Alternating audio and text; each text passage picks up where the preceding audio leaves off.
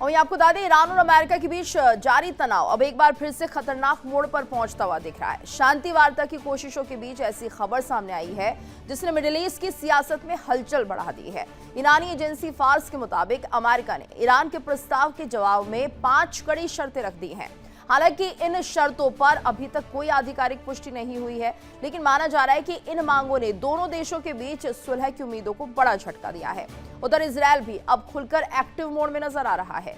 प्रधानमंत्री Benjamin Netanyahu और अमेरिकी राष्ट्रपति डोनाल्ड ट्रंप के बीच हुई फोन बातचीत के बाद तेल अवीव में high level secret security meeting हुई, जिसमें ईरान के खिलाफ संभावित सैन्य कार्रवाई और क्षेत्रीय रणनीति पर चर्चा की खबर है। और इसी बीच ट्रंप ने भी ईरान को सीधी चेतावनी देते हुए कहा कि ईरान के पास फैसला लेने के लिए बहुत कम वक्त बचा है।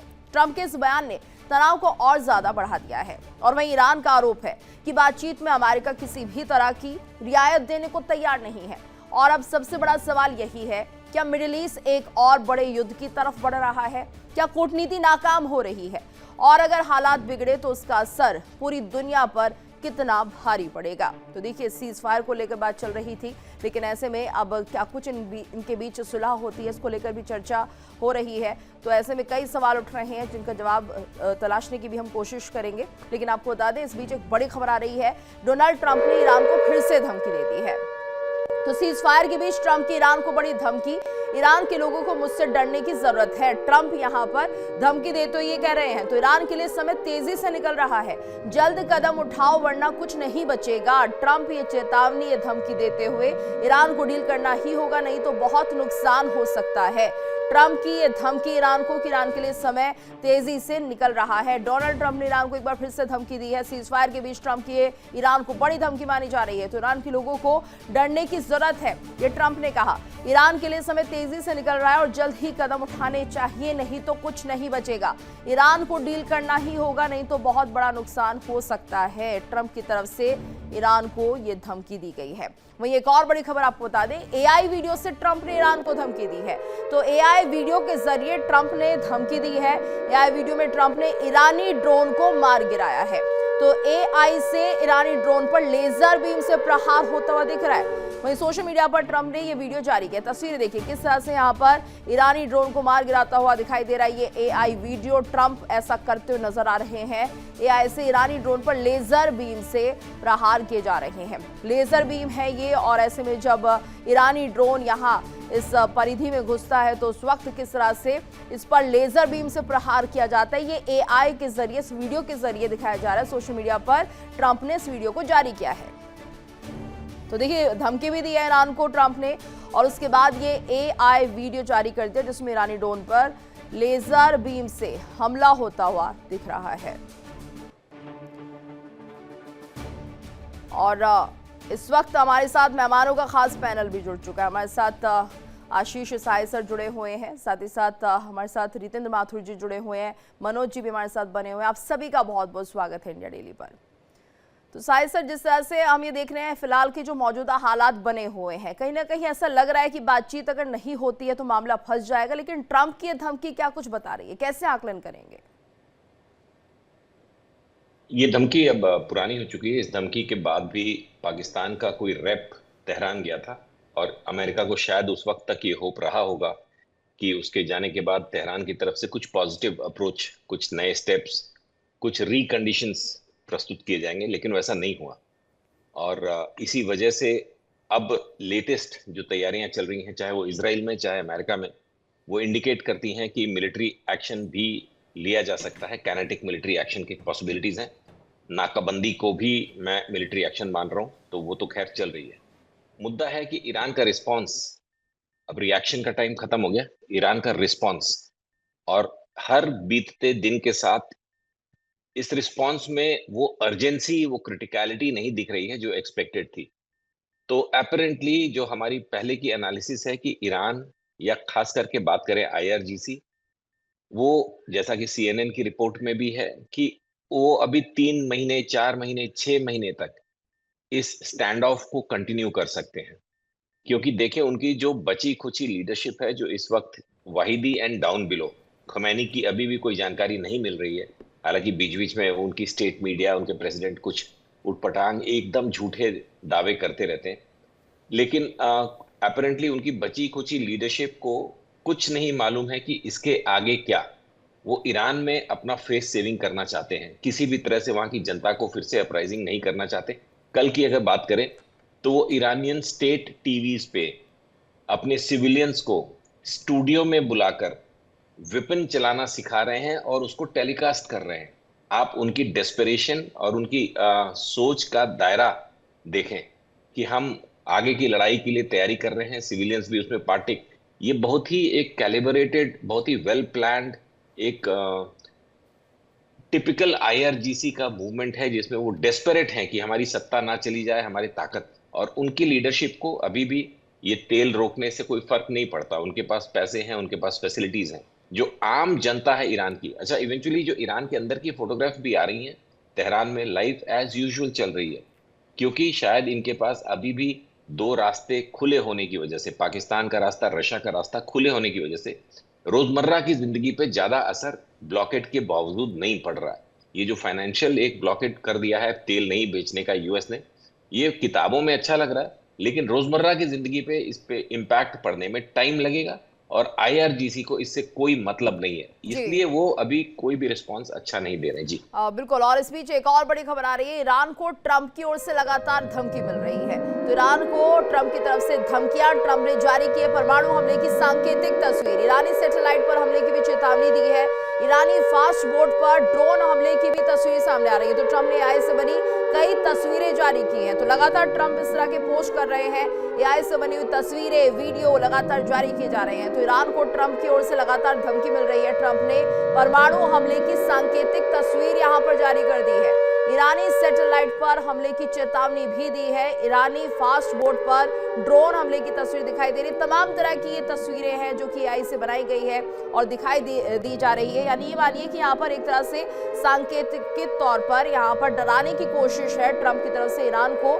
यानी कुल मिलाकर ये जो एआई तस्वीरें हैं, एआई वीडियो हैं, इनसे कहीं ना कहीं एक तरह से प्रेशर बनाने की कोशिश ईरान पर करते हुए ट्रंप दिखाई दे रहे हैं। नासिर हमारे संवाददाता भी लगातार जुड़े हुए हैं। नासिर देखिए, तो यहाँ पर ट्रंप की टैक्टिक्स है कि वो पहले एक तरह से साइकोलॉजिकली किसी को ये दिखाने की कोशिश करते हैं कि आप कुछ नहीं है। ईरान को इस वक्त उन्होंने ये सीधे तौर पर धमकी भी दे दी है, कई वीडियोस जारी कर दिए हैं और अब एआई से बनी तस्वीरें भी जारी की जा रही हैं।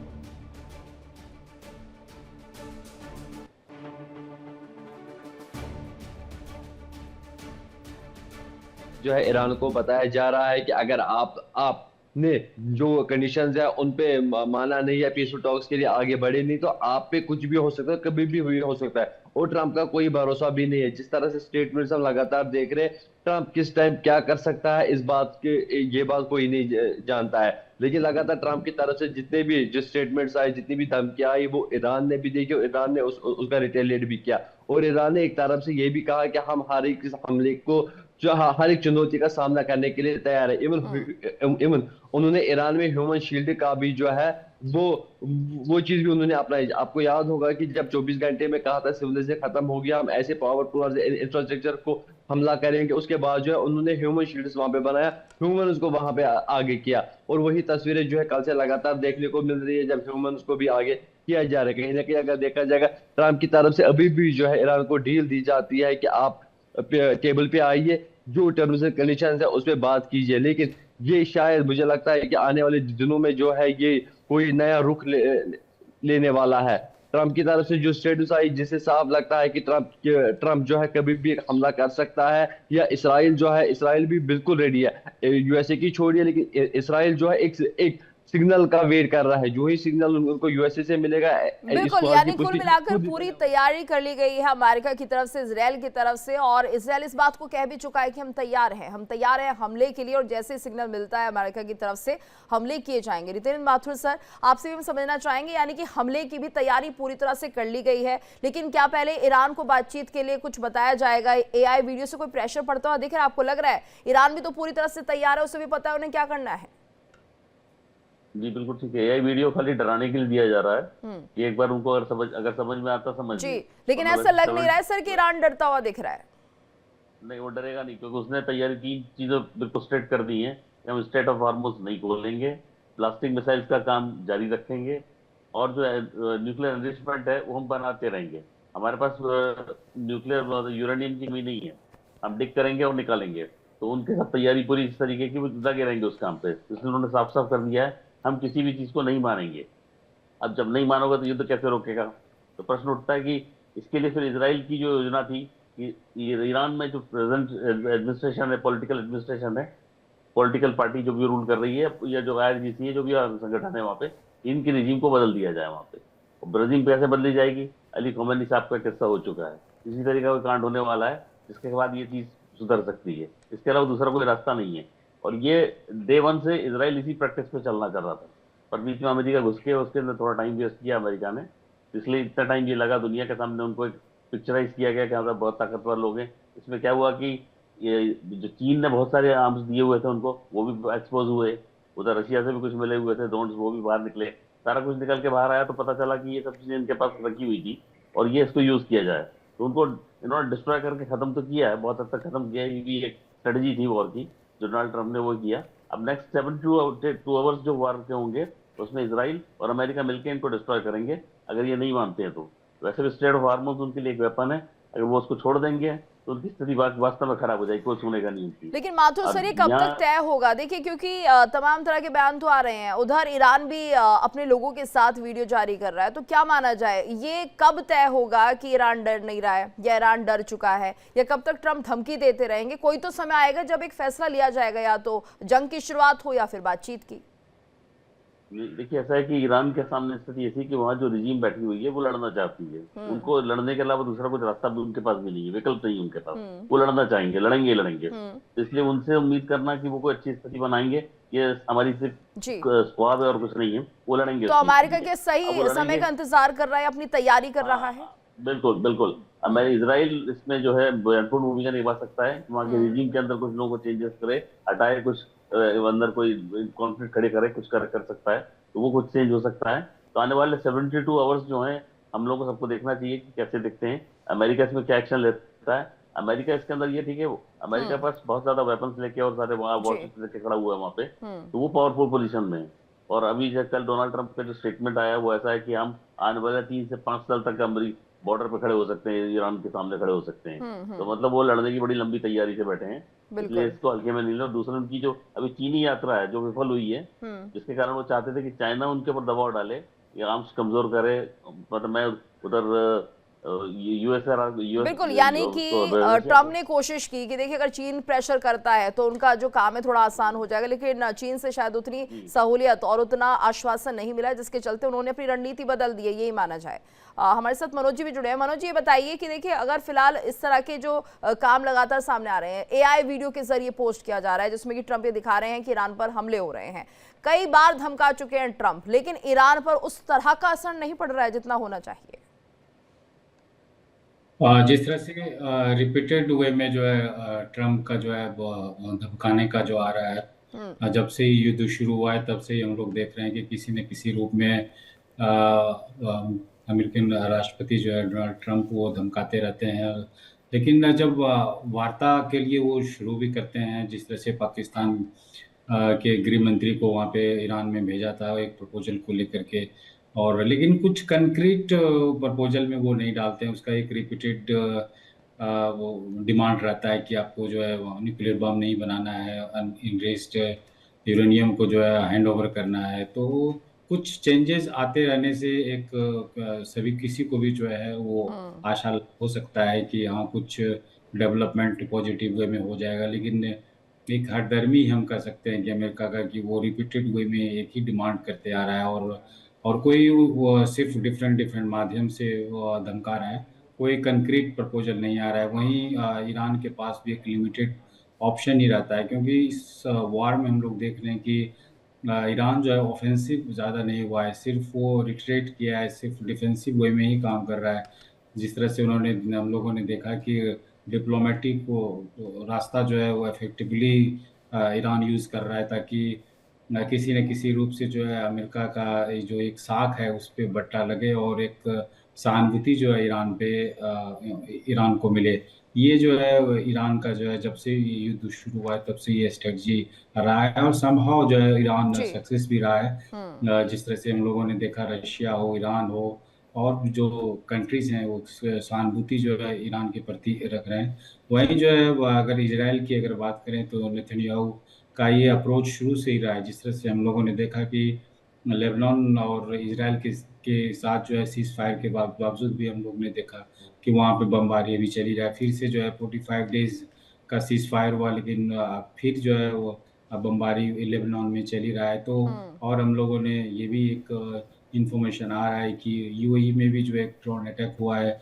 तो किसी न किसी रूप में इसराइल जो है प्रोवोक कर रहा है अमेरिका को। जिस तरह से शुरुआत में ही फरवरी 28 के पहले समहाउ जो है नेतन्याहू मैनेज कर पाए कि ट्रम्प को मना पाए कि जो है ईरान पे हमला किया जाए, और सक्सेस हो गए।